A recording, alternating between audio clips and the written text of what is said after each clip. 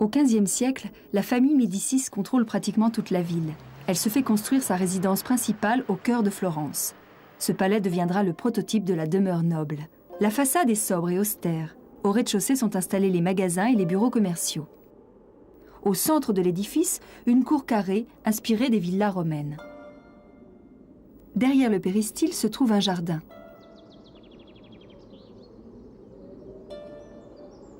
Dans la cour, on a érigé une sculpture.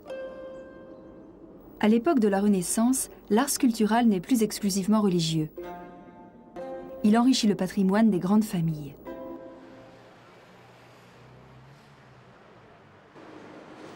Dans le domaine esthétique, la sculpture connaît aussi une véritable révolution.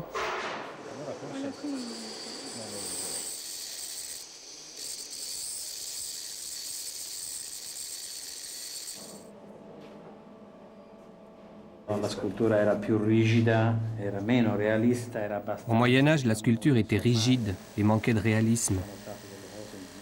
Elle était plus sommaire, même s'il y a eu des choses magnifiques, des créations très belles. Mais la période de la Renaissance est une espèce d'apogée pour la sculpture.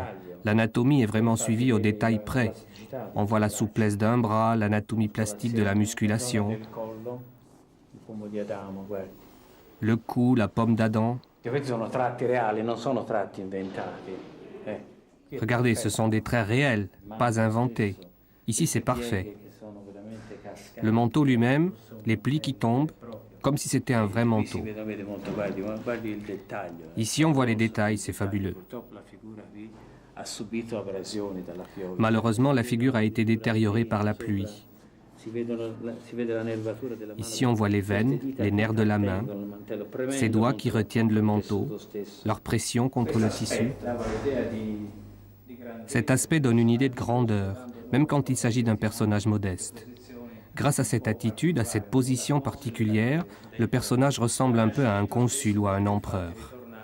La Renaissance, c'est d'ailleurs un retour à l'époque classique, au temps des Romains.